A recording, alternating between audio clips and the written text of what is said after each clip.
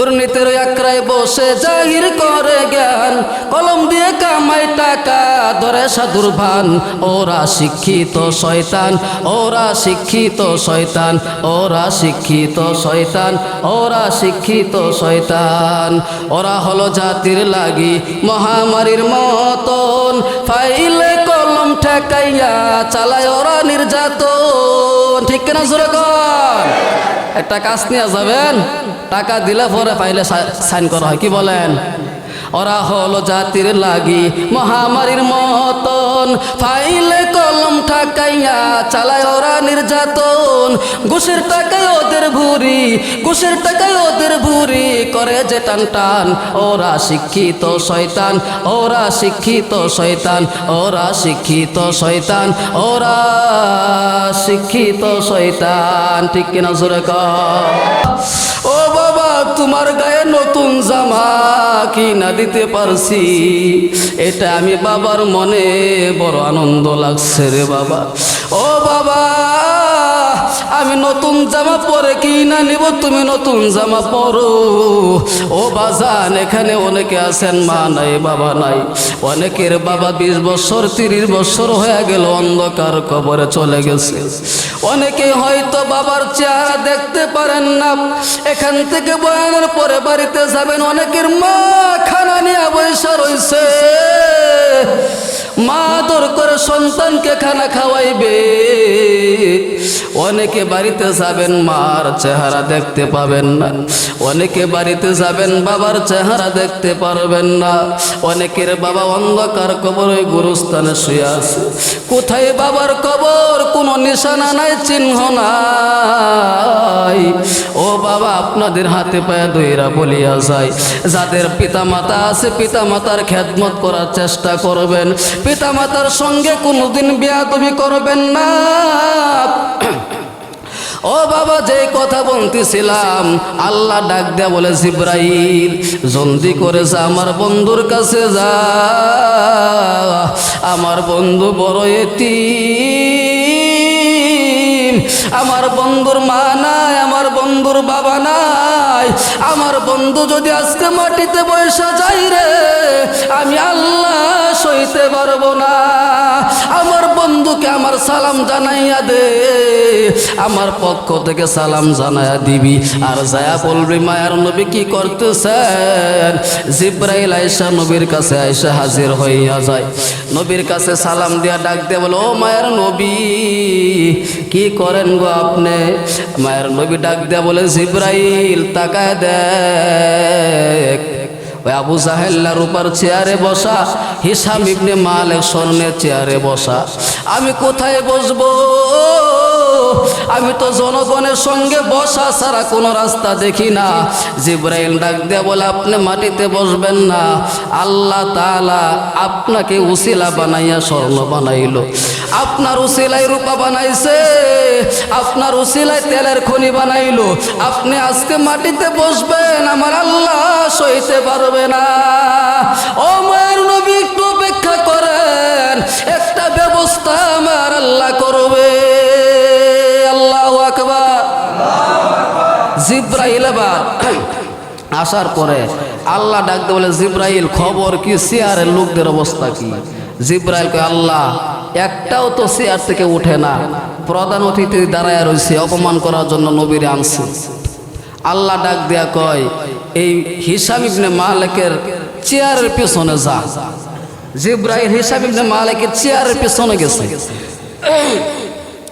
যাওয়ার পরে ডাক দিয়ে বলে, আল্লাহ এখন কি করুম? আল্লাহ ডাক দেখো, জিব্রাইল হিসাব ইবনে মালিক কি করে? কয় এখনো তো বৈশা রয়েছে, আর দেরি করা যাবে না। হিসাব ইবনে মালিকের ডান কানে ধরে টান মার। কি মার? ডান কানে ধরে টান মার। হিসাব ইবনে মালিক এবার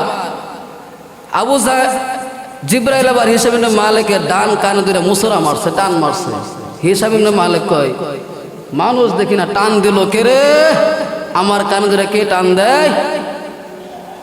আবু জাহেল কয়, কিরে দোস্ত, তুমি একটা প্রধানমন্ত্রী মিশরের, পাগলামি করতেছো কে? বলে, পাগলামি করি না দোস্ত, আমার কে যেন ডান কানে ধরে টান মারছে। বলে, এরকম পাগলামি করলে চলে? জনগণ কি বলবে? হিসাব ইবনে মালিক কয় আমার সঙ্গে যা হইতেছে তুমি তো আর তা জানো না। আল্লাহ ডাক দে বলো জিবরাইল কি খবর? বলে এখনো তো উঠে না বেঈমানরা। বলে আবার বাম কানে ধরে টান মার। আবার যখন বাম কানে ধরে মারছে টান, পিছন ঢাকায় দেখে কেউ নাই, টান দিল কে রে? মানুষ দেখি না, কানে ধরে টানে কেডা? আবু জাহেলকে দোস্ত এমন করতেছো কেন? তুমি একটা প্রধানমন্ত্রী, মানুষে কি বলবে? ডাক দিয়ে বলো আবু জাহেল কি কারিশমা যে হইতেছে আমার সঙ্গে আমি সে জানি, তুমি তো জানো না।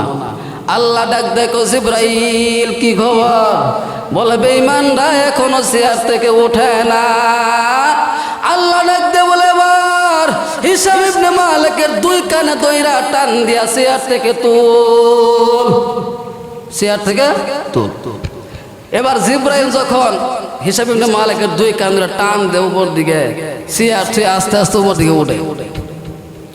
আবু জাহেলকে দোস্ত চেয়ার থেকে উঠো কারণ কি? বলে আমি তো উঠতে চাই না, কে যেন টানতেছে উপর থেকে, ওটা ছাড়া উপায় নাই। দেখা যায় কান ছিঁড়া রক্ত পড়তেছে, কিন্তু টানে কে কেউ তো দেখে না, কিন্তু উপর দিয়ে উঠতেছে আর কান দিয়ে রক্ত পড়তেছে, কান ছিঁড়া। আবু জাহেল ডাক দিয়ে বলে দোস্ত কেন রে তুমি চেয়ার থেকে ওঠা? হিসাব ইবনে মালিক ডাক দিয়ে কয় দোস্ত রে এই চেয়ারে যত ঝামেলা, আমি এই চেয়ারে বসতে চাই না। এবার টানের ছুটে হিসকা টানে হিসাব ইবনে মালিক জনগণের উপরে যাইয়া কইরা গেছে। হিসাব ইবনে মালিক দোস্ত আমি এখানেই ভালো আছি, আমার চেয়ার লাগতো না, আমার চেয়ারের দরকার নাই। বলে পাগলামি করো। এবার আল্লাহ ডাকতে বলো জিবরাইল আর দেরি করা যাবে না, আর দেরি করা যাবে না। আমার বন্ধুর হাতে দইরা এই স্বর্ণের চেয়ারে বসাইয়া দে। আল্লাহু আকবার। চেয়ারের মালিককে আমরা অনেকে চেয়ার পাইলে ছাড়তেছে, এটা কি কর? জীবন যাক আর থাক, লক্ষ লক্ষ লোক মরা যাক, সমস্যা নাই, আমার চেয়ার লাগবো, কি কর? কিন্তু যে আল্লাহ চেয়ারে বসা, ওই আল্লাহ লাথি দিয়া চেয়ারটা নামাইতে পারে না, পারে না। কথা বুঝেন আপনারা? একটা সংসারের দায়িত্ব, একটা সংসার, ছোট একটা সংসার ৩-৪ জনের, কি বলেন, সুখী পরিবার, সহজে বুঝলে বললে বুঝুন, সুখী পরিবার, স্বামী স্ত্রী আর একজন সন্তান। এই সুখী পরিবারের দায়িত্ব কি কোনো মহিলা নেয়? আমরা দেই, কি বলেন, দেই আমরা? বলে তুই কি বুঝস? কি কই না, একটা সংসারের দায়িত্ব দিতে চাই না, আর সারা পৃথিবীর দায়িত্ব আমরা কেমনে দেই? হ্যাঁ কেমনে দেই? এই চেয়ারও তো গন্ডগোল করছে আমাদেরকে। যাই হোক, এবার আল্লাহ ডাক দেখো আবু জাহেলের খবর কি রে?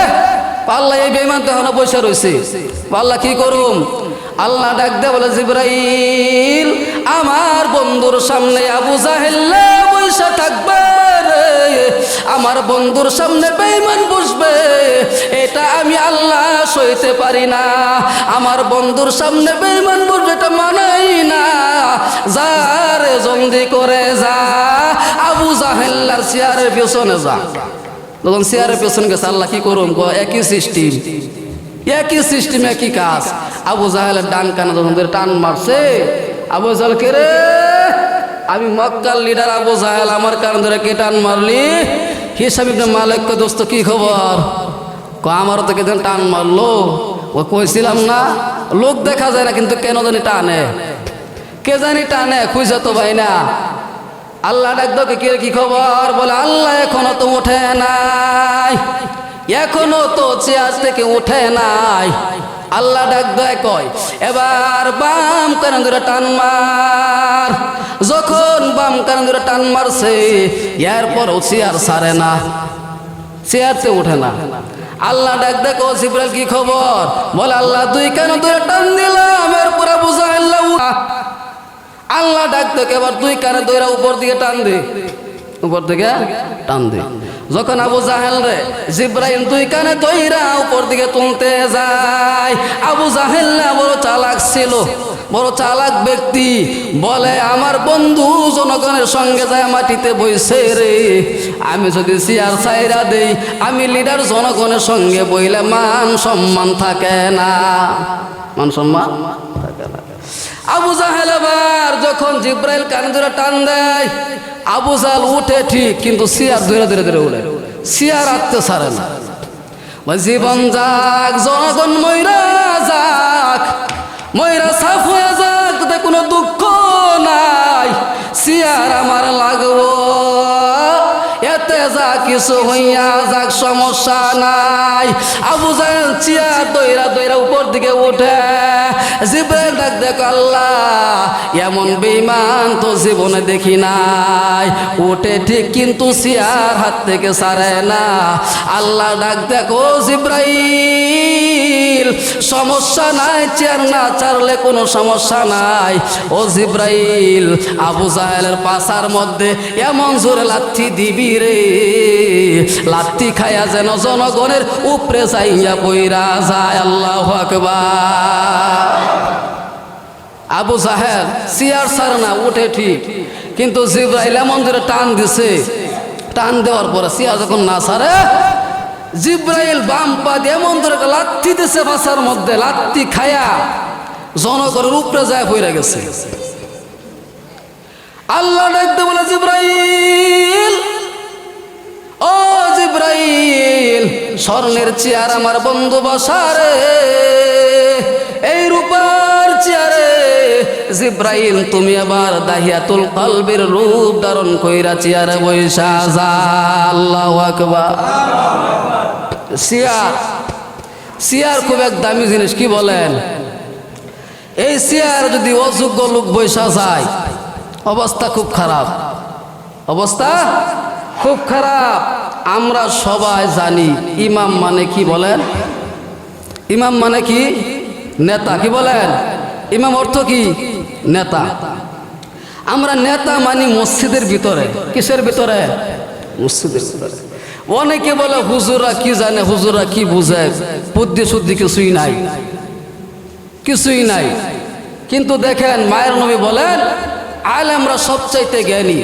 হযরত আলী রাদিয়াল্লাহু তাআলা আনহুর কাছে দুইজন মহিলা আসছে, আয়েশা বলতেছে, ও আলী, আমগর দুইজনের একসাথে সন্তান হয়েছে এক রাত্রিতেই, কিন্তু সন্তান নিয়ে খুব ঝামেলা। দুই সন্তানের মাঝে একটা ছেলে একটা মেয়ে।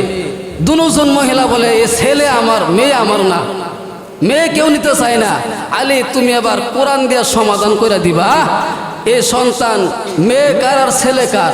দুজন মহিলা বলে, এ সন্তান ছেলে আমার, মেয়ে আমার না। লাগছে দুই মহিলার ঝগড়া, দুই মহিলার ঝগড়া।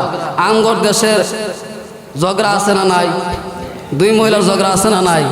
কথা বুঝেন না মনে আপনারা? মানে গুরুস্থান দুইটাইছেন। এই দুই মহিলার ঝগড়া শুরু হয়ে গেছে। মহিলা যেখানে ঝগড়া, বিপদ বিপদ সেখানে। কি বলেন? আদম যখন জান্নাতে ছিলেন কোনো বিপদ আপদ ছিল না, যখন হাওয়ারে বানাইছে তখনই বিপদ শুরু হয়েছে, তখনই বিপদ শুরু হয়েছে। সরিষার তেল যতদিন ছিল দেশে ততদিন কোনো সমস্যা আসেন না, অসুখ আসেন না। বেজাল হয়েছে কোন সময় থেকে? যখন সয়াবিন বাড়িয়েছে। কি বলেন? আদম একা আসেন, কোনো সমস্যা আসেন না। যখনই মহিলা তৈরি করছে হাওয়ার, তখনই সমস্যা। আলীর কাছে দুই মহিলা ঝগড়া শুরু হয়ে গেছে। আলী ডাক দিয়ে বলে, ঠিক আছে বসে। কিছু কিছু লোক আছে শুধু পেঁয়াজ লাগায়, প্রশ্ন করে ইমাম সাহেবদের কাছে, আলেমদের কাছে, এরকম আছে না নাই? শুধু পেঁয়াজ লাগাইতে চায়। কয়েকজন মুনাফিক আসছে, মুনাফিক আলীকে বলে, আলী শুনছি তুমি নাকি সবচাইতে জ্ঞানী। বলে, আলী ডাক দিয়ে বলে, আমি তো বলি না, রসুল বলছেন আমি জ্ঞানী। বলে, তুমি যদি জ্ঞানী হও তাহলে বলো দেখি যে কোন প্রাণী ডিম সারা বাচ্চা দেয়? কি সারা? ডিম সারা বাচ্চা দেয়। আর কোন প্রাণী ডিম দিয়া পরে বাচ্চা দেয়? কথা বোঝেন নাই? ডাইরেক্ট বাচ্চা দেয় কোন প্রাণীগুলো, আর কোন প্রাণীগুলো ডিম দেওয়ার পরে বাচ্চা দেয়, ডিম থেকে বাচ্চা হয়? আলী বলো। আলী ডাক দিয়ে বলতেছেন, সমস্যা নাই, উত্তর নিবেন, কোনো সমস্যা নাই। এবার আলী রাদিয়াল্লাহু তাআলা দুই মহিলার প্রশ্নের উত্তরে বলতেছেন, শোনো, তোমরা ঝগড়া করতেছ যে ছেলে আমার, মেয়ে আমার না, এত ঝগড়া শুরু করছ। আচ্ছা ঠিক আছে, তোমরা ঘরের ভিতরে যাও, দুইটা পাত্র দিছে, পাত্রর মাঝে তোমরা দুইজনের স্তনের কয়েক ফোঁটা দুধ নিয়ে আসো, কয়েক ফোঁটা দুধ নিয়ে আসো। এবার আলী রাদিয়াল্লাহু তাআলা আনহু কথা অনুযায়ী তারা দুধ নিয়ে আসলেন, আনার পরে পরীক্ষা করলেন যে ছেলে কার আর মেয়ে কার, ছেলে কার আর মেয়ে কার। পরীক্ষা করার পরে ডাক দিয়ে বলতেছে এই পাত্রের দুধ কার, বলতেছে আমার। বলে এই যে নেন আপনার ছেলে সন্তান। বলে এই পাত্রের দুধ কার, বলে আমার। বলে এই যে আপনি আপনার মেয়ে সন্তান।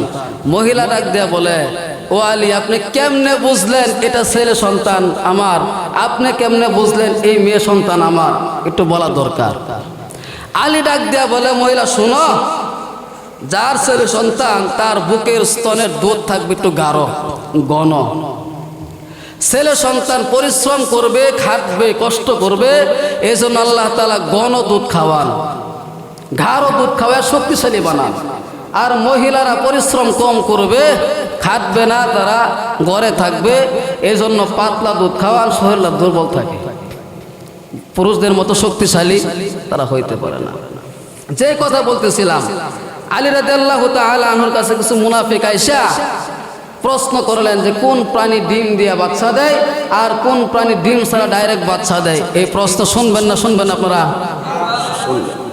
আচ্ছা, এটা পরবর্তীতে আমি বলে যাবো, আমি ফাঁকি দিব না, আমি বলে যাবো ইনশাআল্লাহ। এবার আসেন যে কথা বলতেছিলাম আমি, এই চেয়ারের খুব দাম। এই চেয়ারে যখন আপনার অযোগ্য ব্যক্তি বসা যাবে, তখনই যখন বিচার নিয়ে যাবেন টাকার দিকে তাকাবে, চেহারার দিকে তাকাবে। কিন্তু আমরা ইমাম মানে নেতা মানি মসজিদের ভিতরে, মসজিদের বাহিরে মানতে রাজি না। তার মানে হলো আমরা দেন দরবারে ইমাম সাহেবকে ডাকি না, ডাকি কোন সময়? বিয়ার সময়। কোন সময়? বিয়ার সময়। তাও কোন সময় ডাকি জানেন? খাওয়া দাওয়া শেষ, পান সুয়ারিও শেষ। এই হুজুর, হুজুরে তো কইছি না বিয়া কেটা ফরাবো, বিয়া কেটা ফরাবো, এই হুজুরে নিয়ে দৌড়ায়, হুজুরে নিয়ে আইসি, বিয়া ফরাইছে, পান সুপারিও নাই, পান আনতে গেছে, সুপারি শেষ, খাওয়া দাওয়া শেষ। এরপরে হুজুরে খুঁজে দেন দরবারে, হুজুরে কোনো চেয়ার নাই, হুজুরের জন্য কোনো চেয়ার না। হুজুরা কি বুঝে? আজকে চোর, বাটপার, লম্পট, বদমাশ এদেরকে আমরা চেয়ার দিয়ে দিছি, এজন্য সমাজের এই হাল আর এই অবস্থা। বিচার দিবেন কার কাছে? কারে ওয়াজ করবো, কারে ওয়াজ করবো? ওই যে কথা বলি না মাঝে মাঝে আমি, যে এক রাজশাহী ব্যক্তি আমের বাগান করছে, বাগান করার পরে দীর্ঘদিন পর নতুন আম গাছ, আমের বাগান দেখতে গেছে, আম কেমন হলো, যায় দেখে আম মোটামুটি পাকতেছে, আলহামদুলিল্লাহ বলো, পুরো বাগান ঘুরতেছে। হঠাৎ করে তাকায় দেখে একটা ছেলে গাছের উপর ওইটা পাকা আম পারতেছে আর ব্যাগের মধ্যে পড়তেছে, পাকা আম পারতেছে আর ব্যাগের মধ্যে পড়তেছে। মালিক ডাক দিয়ে বলে কিরে, একটা আম তো আমিও খাইলাম না, স্ত্রীরে খাওয়াইলাম না, এ সুর আইলো কোত্থেকে? ডাক দিয়ে বলে তোর আব্বার কাছে বিচার দিমু, তোর আব্বার কাছে বিচার দিমু। ছেলে মুস্কি মুস্কি হাসে, ডাক দিয়ে বলে তুই হাসো কে, চুরি করে আবার হাসতেছ? বলে বিচার কার কাছে দিবেন বললেন? বলে তো তোর আব্বুর কাছে বিচার দিমু। তাকায় দেখেন আরেক গাছে আব্বা আম পারতাছে, আমার আব্বা আরেক গাছে আম পারতাছে। মালিক ডাক দিয়ে বিচার দিমু কার কাছে? বাপ চোর, পুতো চোর, বিচার দিমু কার কাছে? কথা বুঝেন আপনারা? বুঝেন?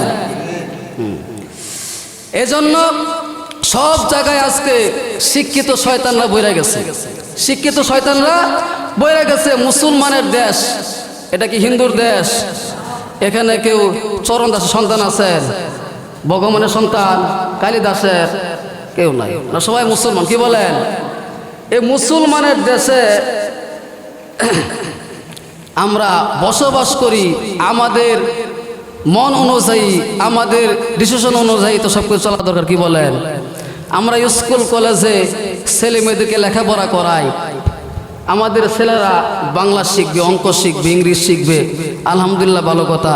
কিন্তু সেখানে যাওয়ার পর যদি ব্যঙ্গের নাচন শেখানো হয়, তাহলে এটাকে মেনে নেওয়া যায়? কি বলেন? মেনে নেওয়া যায়? ব্যঙ্গের নাচ, তিরিং বিরিং সাইকেল চালায়, দেখছেন আপনারা? দেখছেন না? মুসলমানের দেশে যখন যোগ্য ব্যক্তি থাকার পরে অযোগ্য ব্যক্তিকে বসাবেন চেয়ারে, তখন এই অবস্থা হয়, তখনই এই অবস্থা দেশের মাঝে হয়। আমরা বলতে চাই এসব শিক্ষা ব্যবস্থা কারিকুলাম যদি বন্ধ না করা হয়, পরিবর্তন না করা হয়, এরকম শিক্ষা ব্যবস্থার মাঝে মুসলমানের সন্তানেরা, গার্জিয়ানরা ওদিকে ফিরে প্রস্রাব করবে না। কথা কোন ঠিক না বেঠিক? এগুলো পরিবর্তন করতে হবে। আমি অনেক সময় বয়ানের মাঝে একটা গজল গাই, শিক্ষার যে অবস্থা, দুর্নীতির আখড়ায় বসে জাহির করে জ্ঞান, দুর্নীতির আখড়ায় বসে জাহির করে জ্ঞান, কলম দিয়ে কামাই টাকা ধরে সাধুর ভান।